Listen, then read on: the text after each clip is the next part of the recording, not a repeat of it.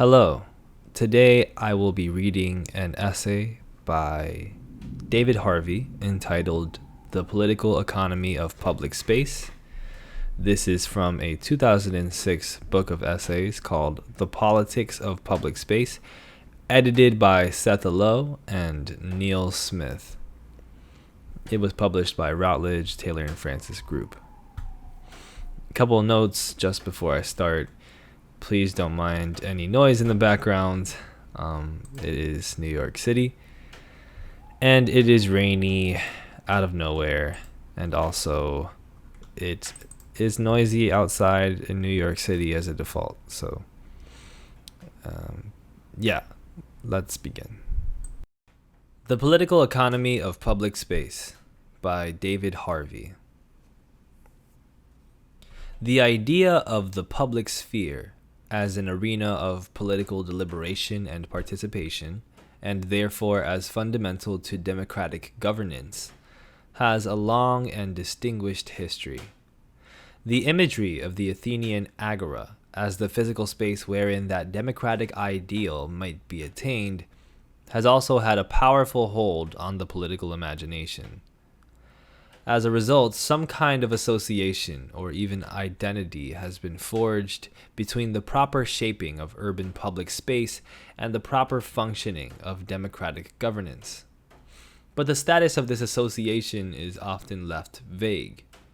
For some, it seems to offer merely a convenient metaphor, and with the arrival of the internet and the construction of virtual communities, the physical materiality of spatial organization seems irrelevant.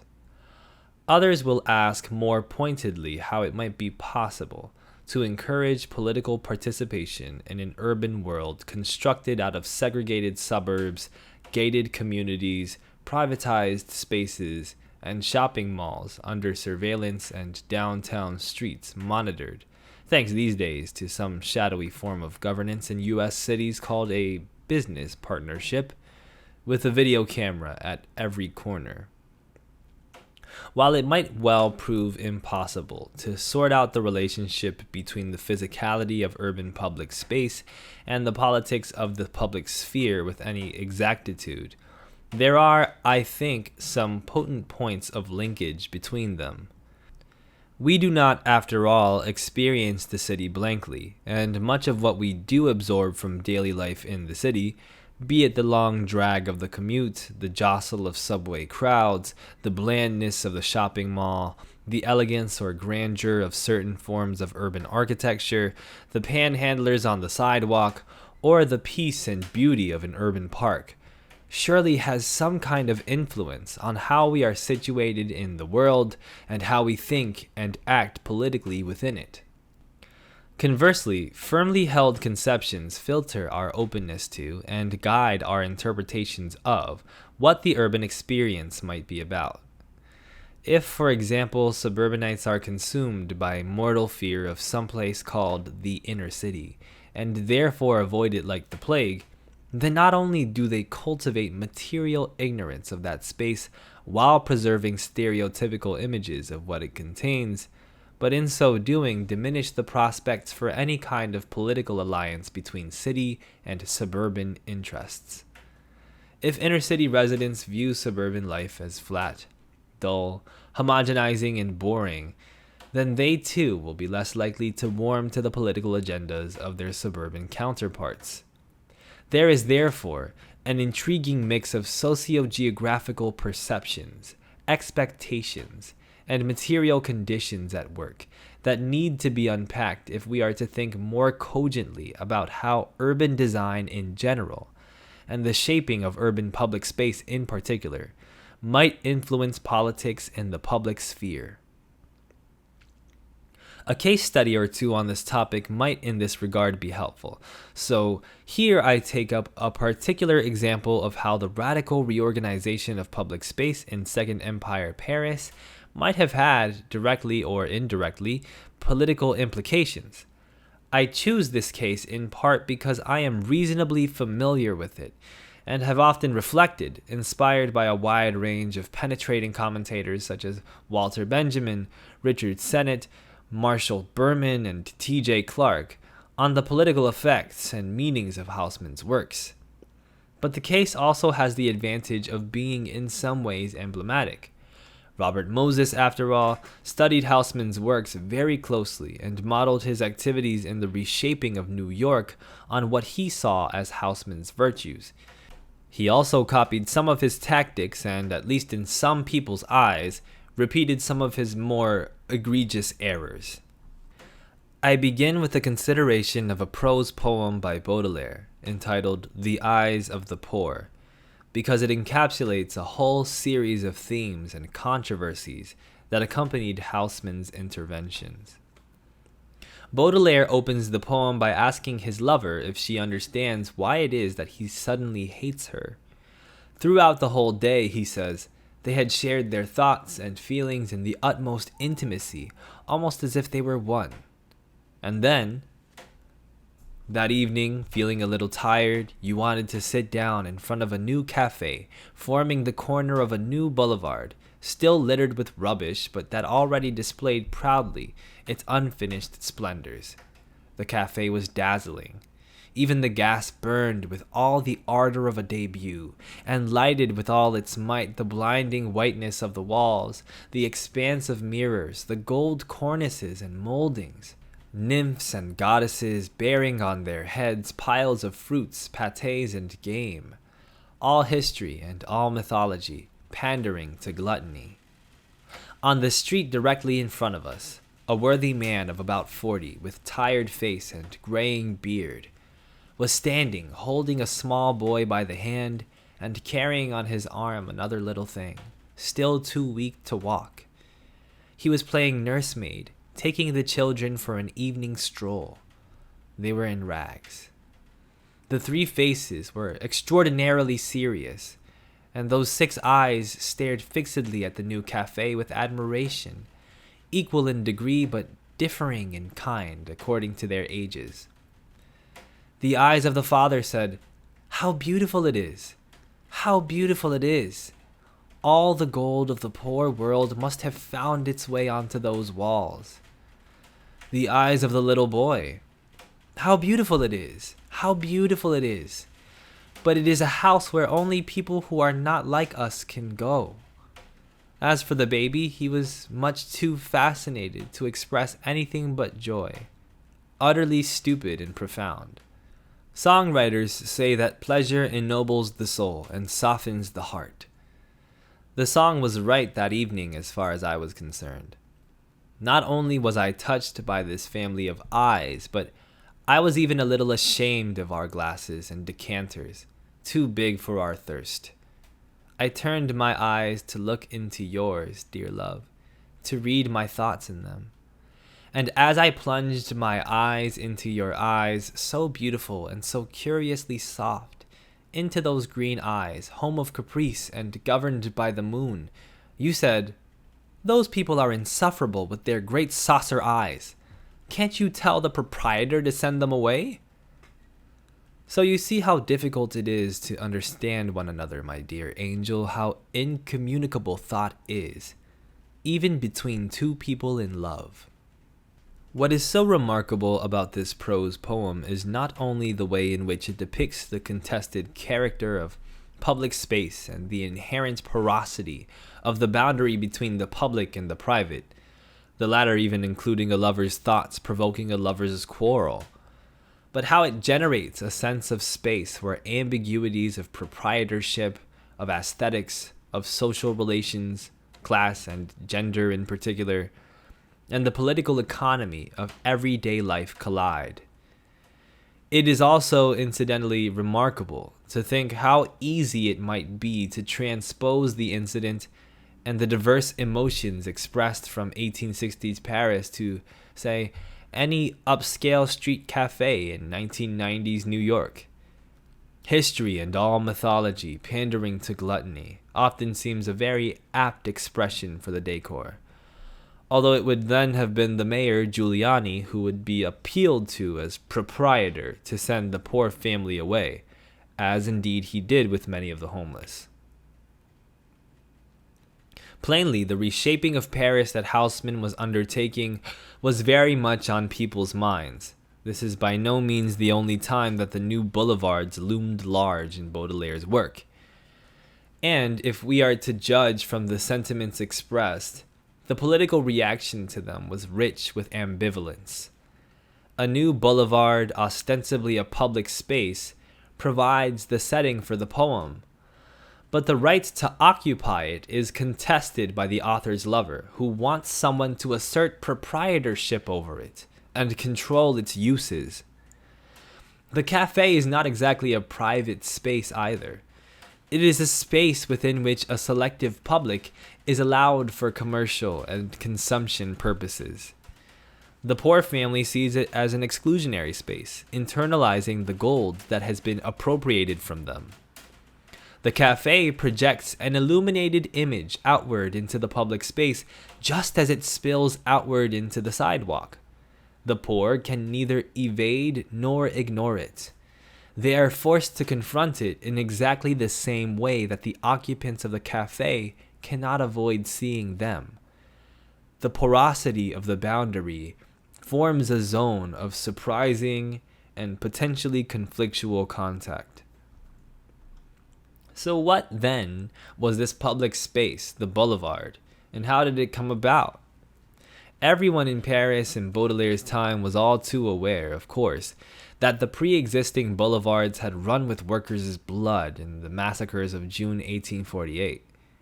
The rights of those who sought a social and nurturing republic, as opposed to the rights of those looking for a purely political republic, had been violently denied upon the boulevards, and their access to the public sphere of politics thereafter strictly circumscribed.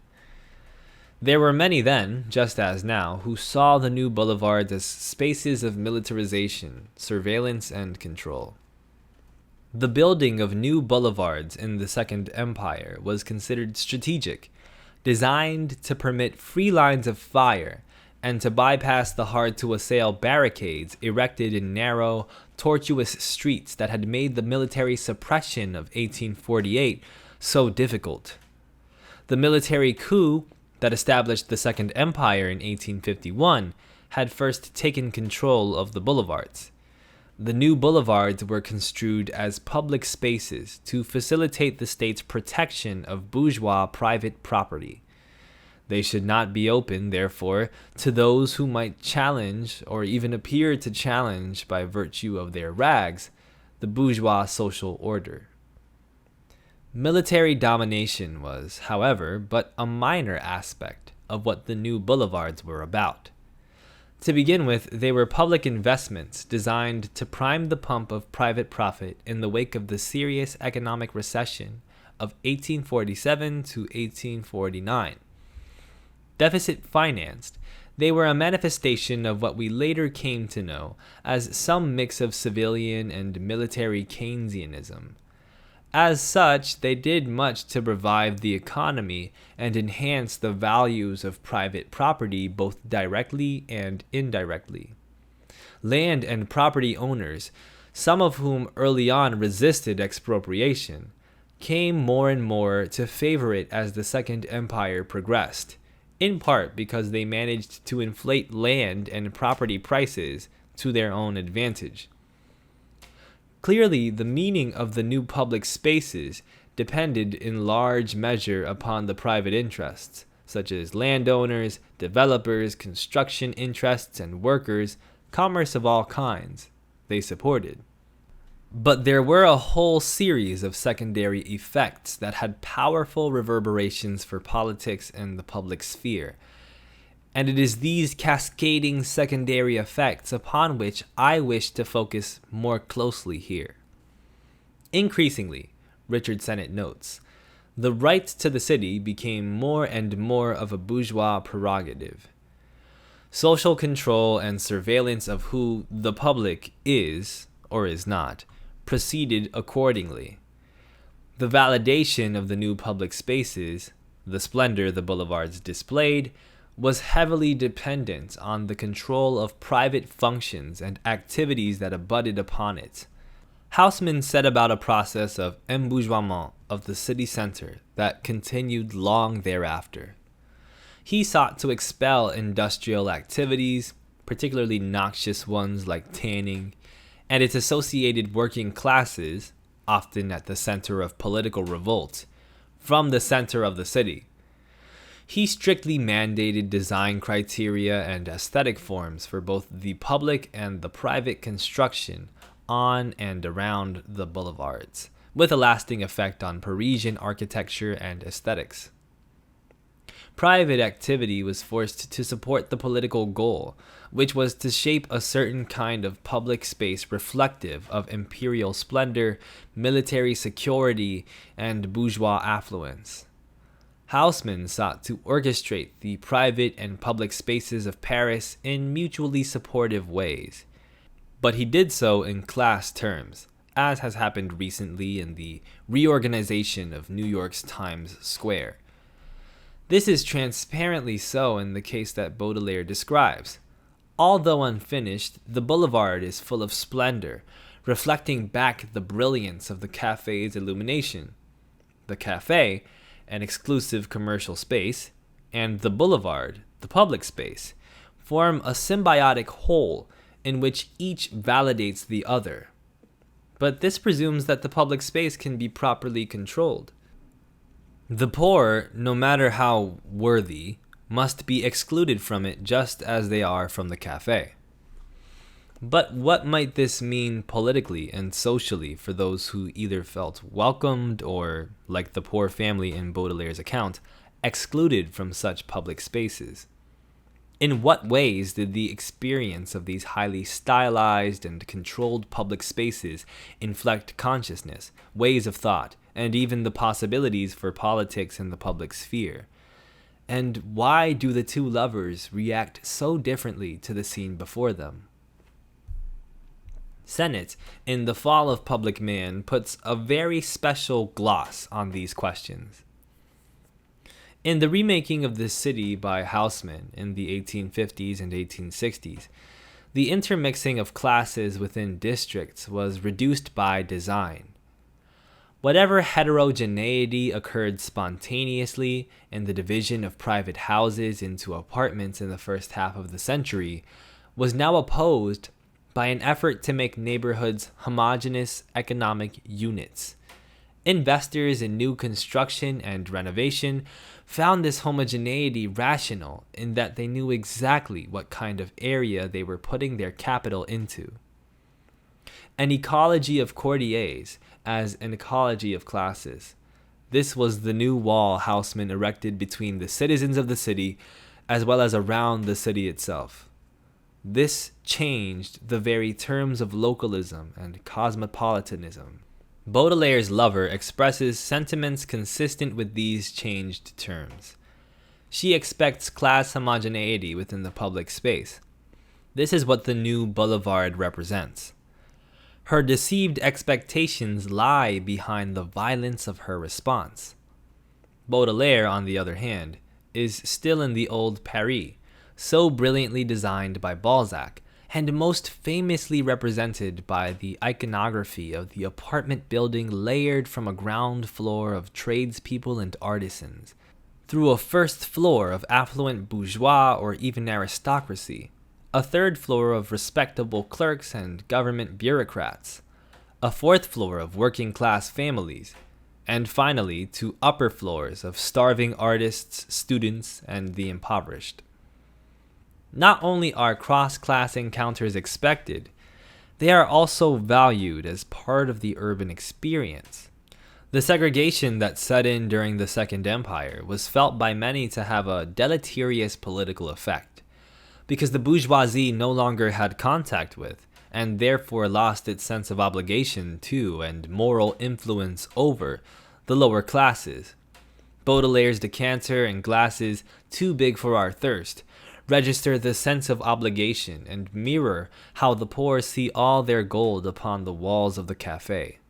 In contemporary terms, his lover wants the security of the gated community, while he values the mixing and diversity of a multicultural and class-variegated urban experience. Hers is exactly the sort of encounter that a bourgeois woman would fear, and the gender distinction is telling. Affluent New Yorkers, women in particular, are similarly grateful to Mayor Giuliani for removing the homeless and panhandlers from their paths en route to the boutiques of Midtown Manhattan. T.J. Clark, in The Painting of Modern Life, provides another perspective on the depoliticization that flowed from Haussmannization.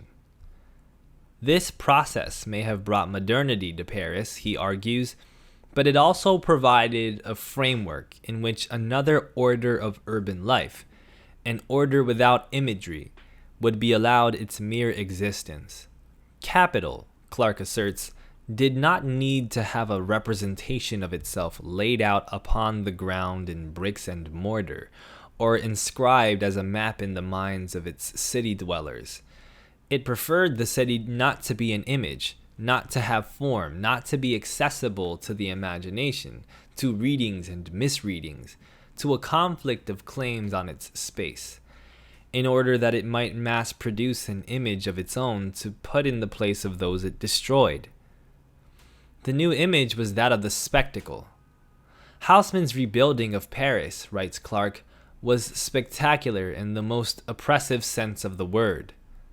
The mobilization of the spectacle and splendor of the boulevard and its luminous cafe was meant to mask and disguise the fundamentals of class relations, which is why the presence of the poor family on the boulevard comes as such a shock.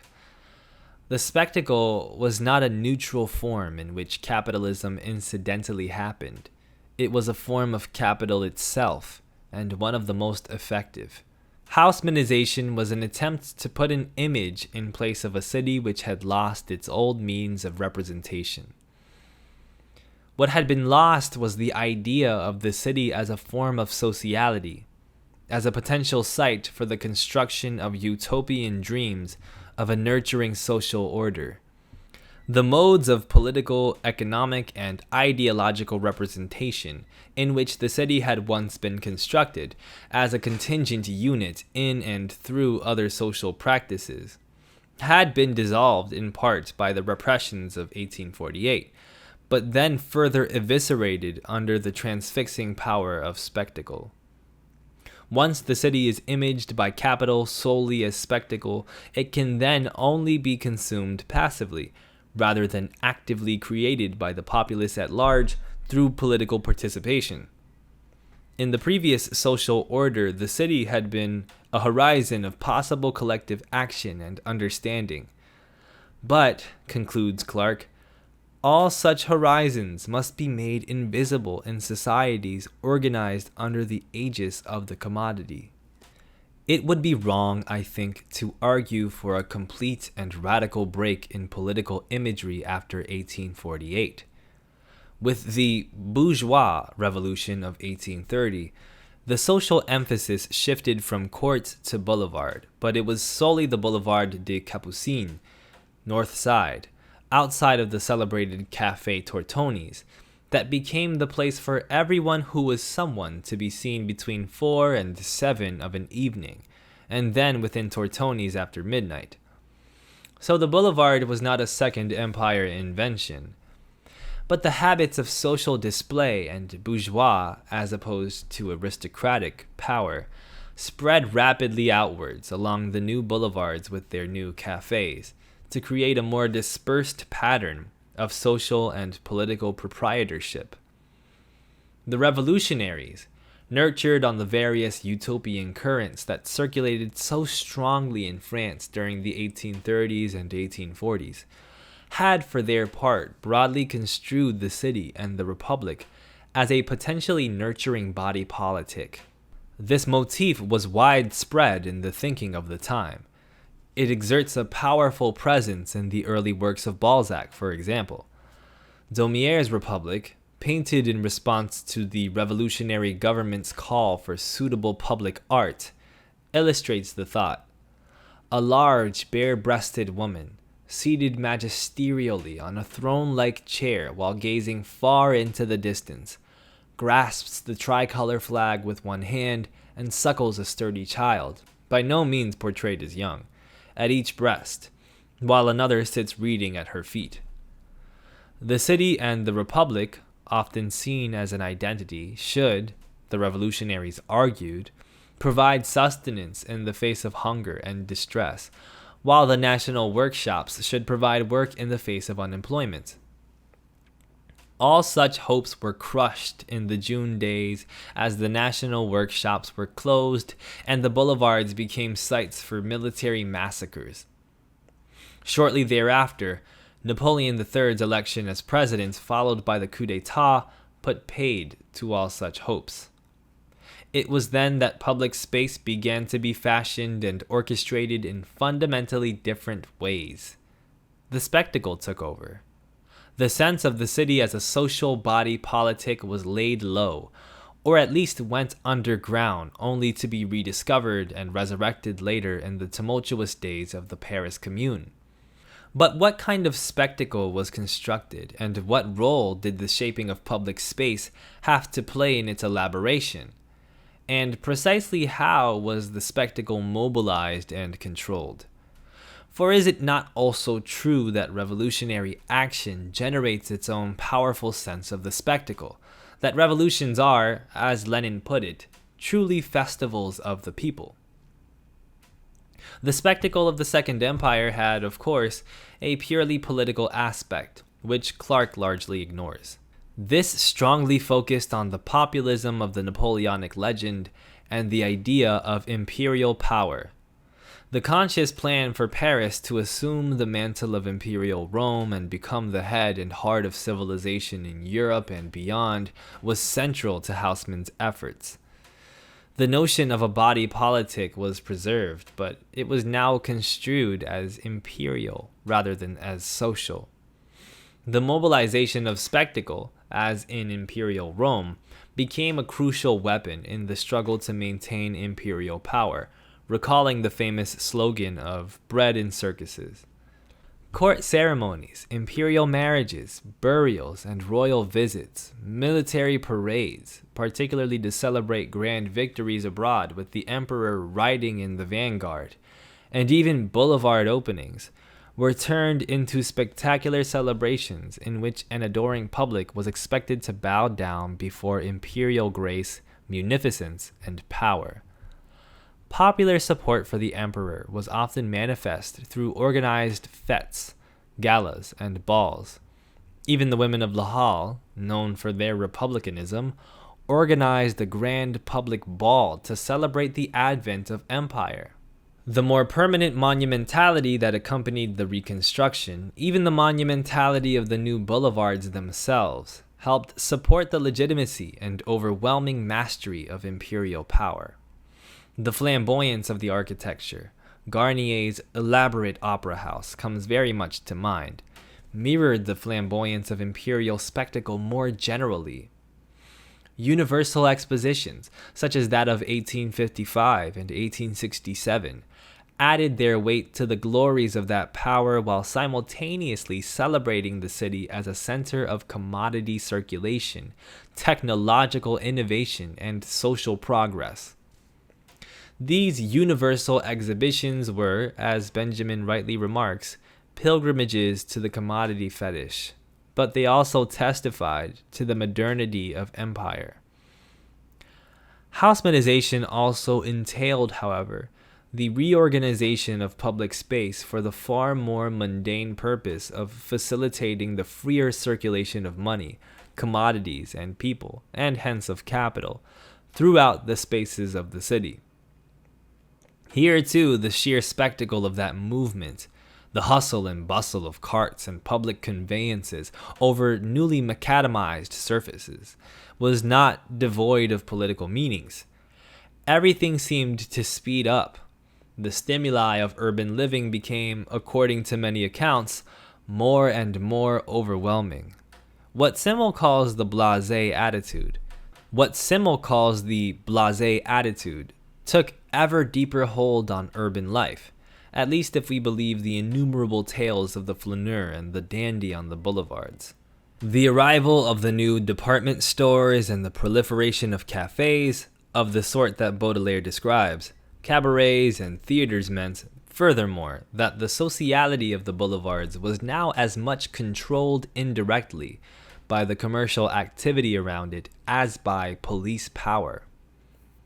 The increasing power of the commodity itself as spectacle was nowhere better expressed than in the new department stores.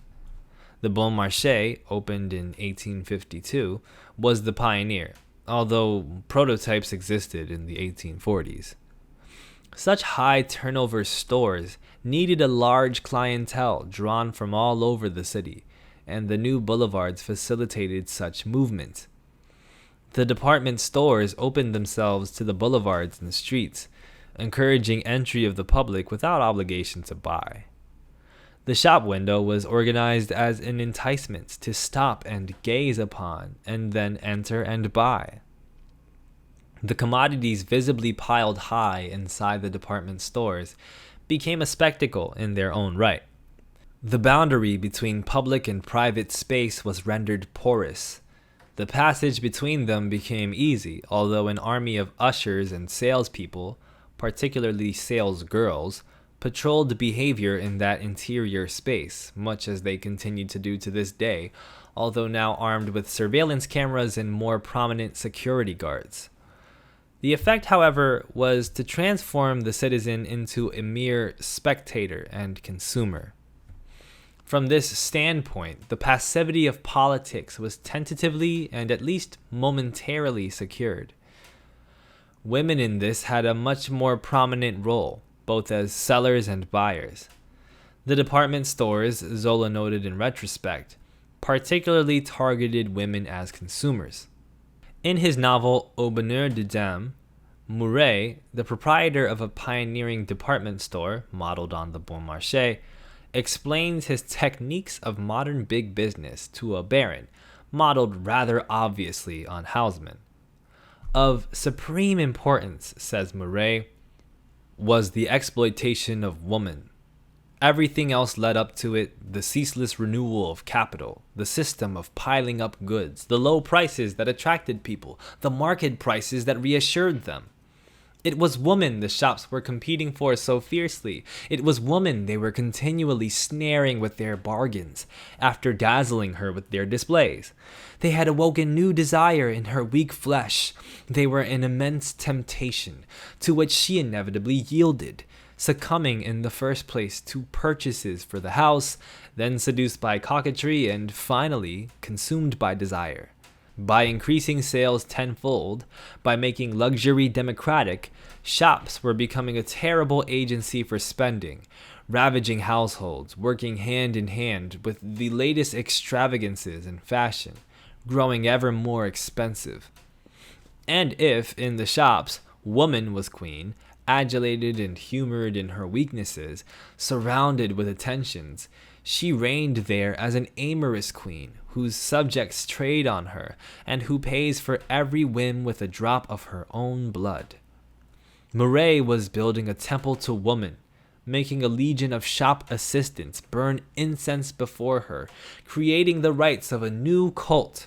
He thought only of her, ceaselessly trying to imagine ever greater enticements, and behind her back, when he had emptied her purse and wrecked her nerves, he was full of the secret scorn of a man to whom a mistress has been stupid enough to yield. "Get the women," he said to the baron, laughing impudently as he did so, "and you'll sell the world." The art of enticement began with window display. Mouret, says Zola, was the best window dresser in Paris, a revolutionary window dresser, in fact, who had founded the school of the brutal and gigantic in the art of display. But the boulevards also became public spaces for displays of bourgeois affluence, conspicuous consumption, and feminine fashion. The theatricality of the boulevards fused with the performative world inside the many theaters that strung up along them. The boulevards became public spaces where the fetish of the commodity reigned supreme in every sense. But note something very important here. It was the symbiotic relation between the public and commercial spaces that became crucial. The spectacle of the commodity came to dominate across the private/public divide, giving a unity to the two. And while the role of bourgeois women was, in certain respects, much enhanced by this shift in emphasis from the arcades and many small shops as centers of commodity exchange to the department stores and larger scale specialized commercial establishments, it was still their lot to be exploited, although this time as consumers rather than as managers of households. It became both necessary and fashionable for bourgeois women to stroll the boulevards, window shop, and buy and display their acquisitions in public space. They too became part of the spectacle, now heavily infused with overtones of sexual desire, that fed upon itself to create an entirely new sense of public space, but one that was defined in commercial and commodity terms, overlaid with the intangibles of sexual desire. The direct encounter with femininity and fashion on the boulevard brought bourgeois men into these public spaces in droves. Political pacification through consumption and arousal of erotic desire has long been a ruse to ensure capitalism's own survival. We live with it every day in our TV commercials. The successive targeting of vulnerable groups, such as bourgeois women in the Second Empire. Now, of course, the slogan is "Get the children at the earliest possible age and you'll sell the world," has long been a critical tactic of commerce. But behind all this, there always lies the symbiotic organization of public/private spaces under the aegis of commodification and spectacle. The hoped-for effect is depoliticization. Sennett concludes, "The capitalist order had the power to throw the materials of appearance into a permanently problematical, permanently mystifying state. In public, one observed, one expressed oneself in terms of what one wanted to buy, to think, to approve of, not as a result of continuous interaction, but after a period of passive, silent, focused attention. By contrast, private meant a world where one could express oneself directly as one was touched by another person. Private meant a world where interaction reigned, but it must be in secret. In the spectacle, few men play an active role." Yet in important ways, the private world mirrored the public even as it inverted it. Baudelaire, for one, was explicit in acknowledging the power of the spectacle in relation to interior states of mind. In certain almost supernatural inner states, he wrote, "The depth of life is almost entirely revealed in the spectacle, however ordinary, that we have before our eyes, and which becomes the symbol of it. The poor family with their staring eyes are part of the spectacle for him, as the sight of the homeless may be for us. But how he or his lover sees them reflects and expresses their separate inner states.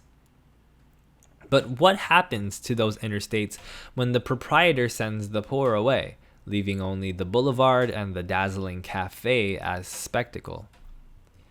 The spectacle, Clark insists, is never an image mounted securely in place. It is always an account of the world competing with others and meeting the resistance of different, sometimes tenacious, forms of social practice. In Second Empire Paris, for example, it failed to put together its account of enemy with that of social division. It failed to map one form of control upon another. This failure, it seems to me, lies at the root of the lovers' quarrel in Baudelaire's poem. The social control orchestrated through commodification and spectacle, all history and all mythology pandering to gluttony, and the general glitter and splendor of cafe and boulevard, runs up against the clear signs of exclusion and exploitation of the poor to spark either anger, send them away, or guilt. I felt a little ashamed at our decanters and glasses. Governance by spectacle, it turns out, is a very chancy business, as it can all too easily spin out of control to produce unintended and sometimes quite surprising consequences. When the craft worker organizations were invited to attend the spectacle of the Paris Universal Exposition of 1867 and to deliberate collectively on their responses, the expectation seems to have been that they, like the bourgeoisie, would be so starstruck by the glamour and splendor of new technologies that they would overwhelmingly throw their support behind the imperial attempt to rival Britain in pursuing the fruits of technological progress. But the proceedings of the worker commissions tell a different story. The workers, for the most part, resented the incorporation of a bowdlerized and crude version of their own craft intelligence into the machines and the standardized and, by their lights, inferior product that resulted.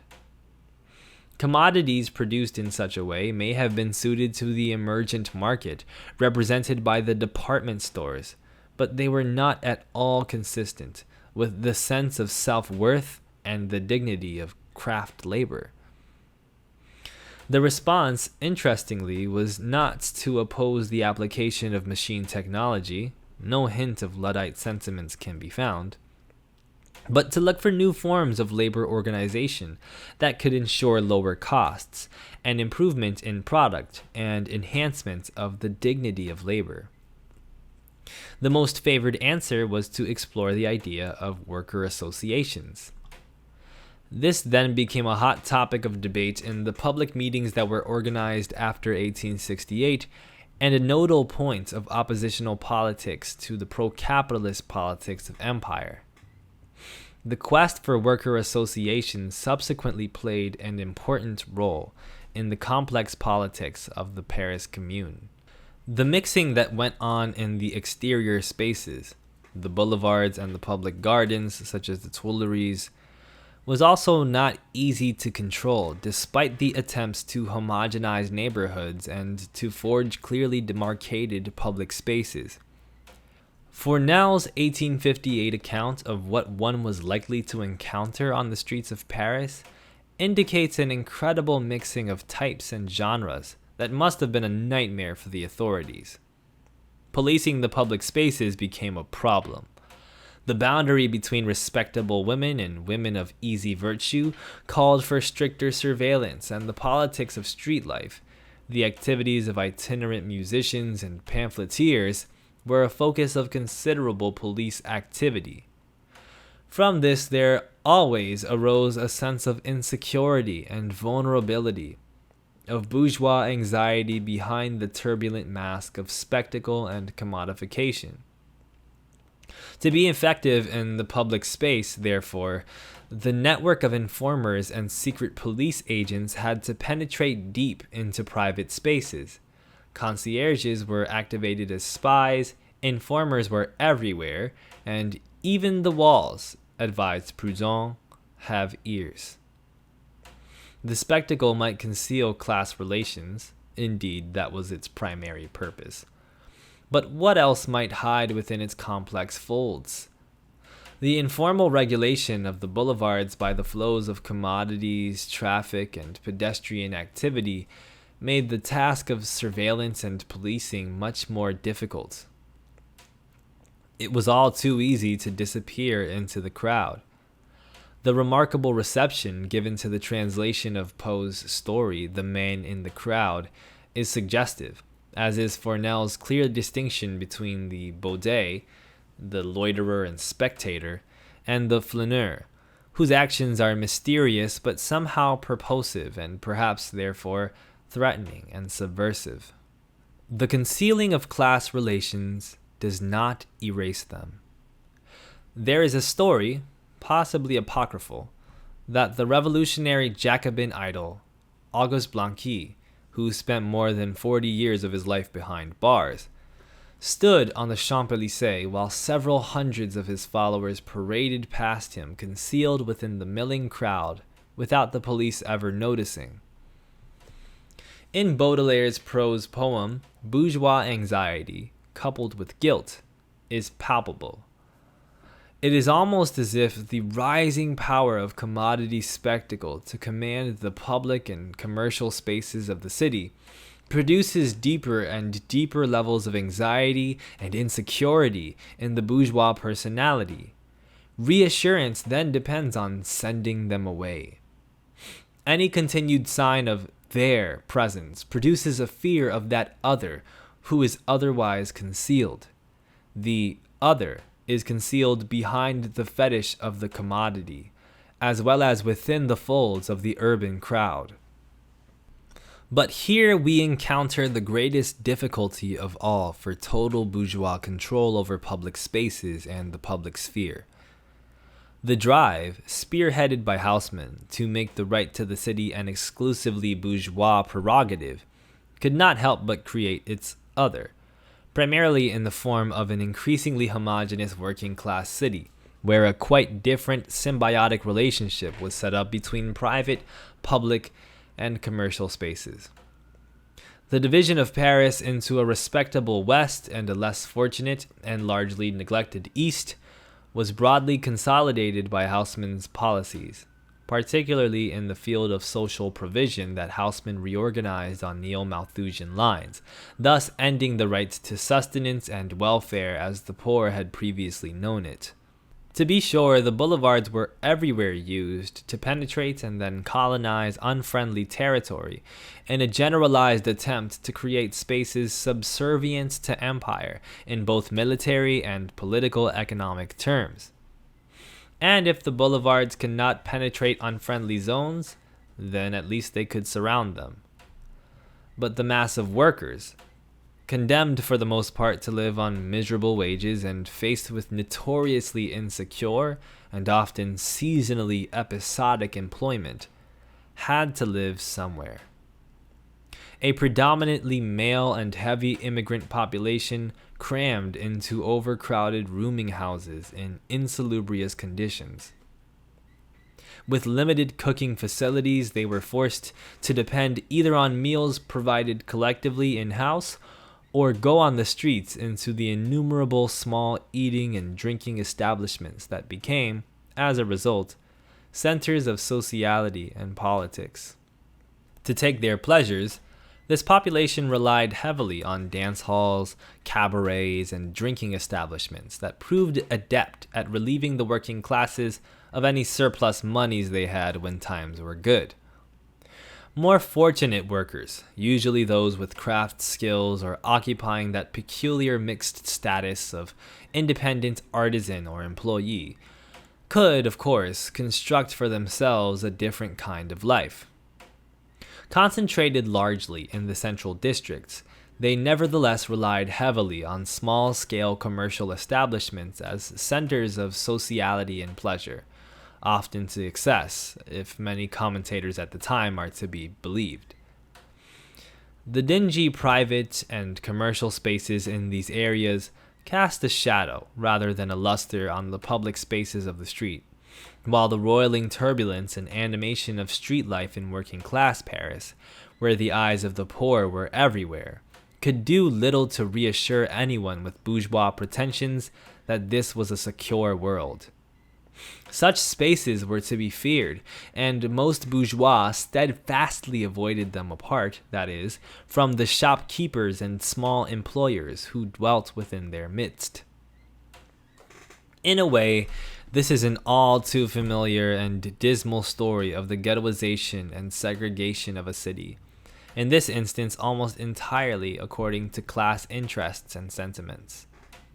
But in this case, the rambunctiousness of working-class Paris provided a seedbed for the growth and expression of a wide range of oppositional political sentiments that later underpinned the complex politics of the Paris Commune of 1871. It was a radically different kind of spectacle that held sway here, a complex mix of what Marx termed animal spirits and street theater, where intensity of local contacts and confusions masked all manner of plots, including those with political and revolutionary aims. As the dance halls and cabarets became the loci of public meetings on political topics after the liberalization of empire in 1868, and as political meetings proliferated throughout working-class Paris, so bourgeois hegemony over the rights to the rest of the city was challenged. Seeping outward from their own symbiotic fashioning of public, commercial, and private spaces, popular forces more and more asserted a public and collective presence on the boulevards of bourgeois Paris. The image of hordes of workers descending from the working-class district of Belleville and pouring out into the public spaces of the city, even on one occasion in 1869 getting as far as the new Opera House, struck political fear into the bourgeoisie. The boulevards became spaces of political expression, albeit ephemerally, for those whom they were supposed to exclude or control. To this climate of insecurity was added the spectacle of public funerals of noted oppositional figures, or even for that matter, anyone who had participated in the events of 1848. The authorities had a difficult time repressing them or preventing graveside elegies veering off into political statements. The cemeteries, particularly Père Lachaise, opened up as public spaces where political memory of a different sort could be exhumed along with future hopes for the city as a body politic. Here was a crucial mobilizing occasion, much as we have seen more recently in Northern Ireland and among Palestinians, that allowed private grief to be parlayed into a public statement.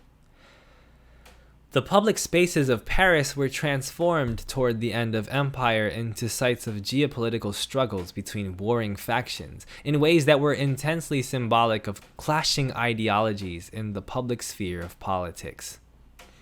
The eyes of the poor would not be averted, nor could they be sent away. The anxiety of the bourgeoisie was justified. The spectacle of the commodity may mask, but it can never erase, the raw facts of class relations. So what conclusions can be drawn from this particular case? Most important, I think, is this. The character of public space counts for little or nothing politically, unless it connects symbiotically with the organization of institutional, in this case commercial, although in other cases it may be religious or educational institutions, and private spaces. It is the relational connectivity among public, quasi-public, and private spaces that counts when it comes to politics in the public sphere.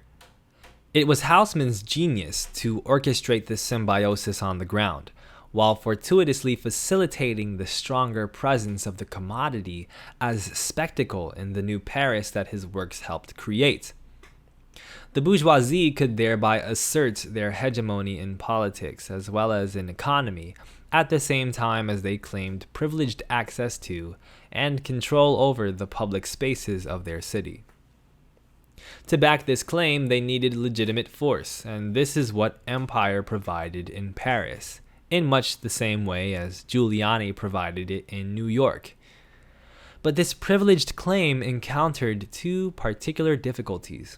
First, since, as Balzac earlier asserted again and again, the bourgeoisie worshipped only money and commodities, they were less and less patient with the expense and spectacle of empire and pursued forms of market freedoms, including that of limited freedom of expression, that were hard to absorb within the repressive and authoritarian imperial frame of governance. The bourgeoisie undermined the legitimacy of the very force they needed to back their claims to hegemony over public space. The boulevards eventually became spaces hostile to imperial spectacle. But then the power to send the poor away and keep them under strict police surveillance also diminished, thus opening up the boulevards to a different kind of politics.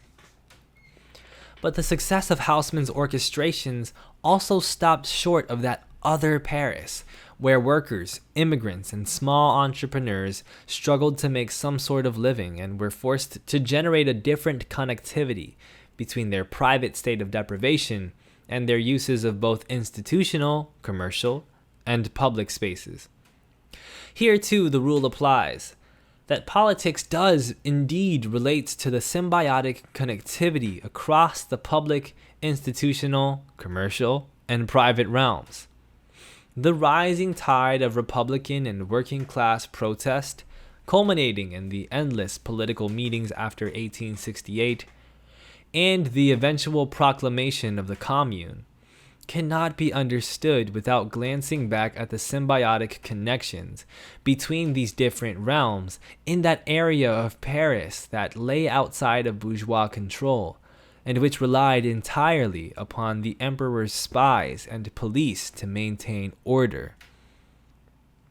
On both sides, therefore, politics was inflected by the experience of a symbiotic connectivity between private, public, and institutional spaces. The fierce clash of ideologies and ideals in the Commune of 1871 was at least partially explicable in these oppositional terms.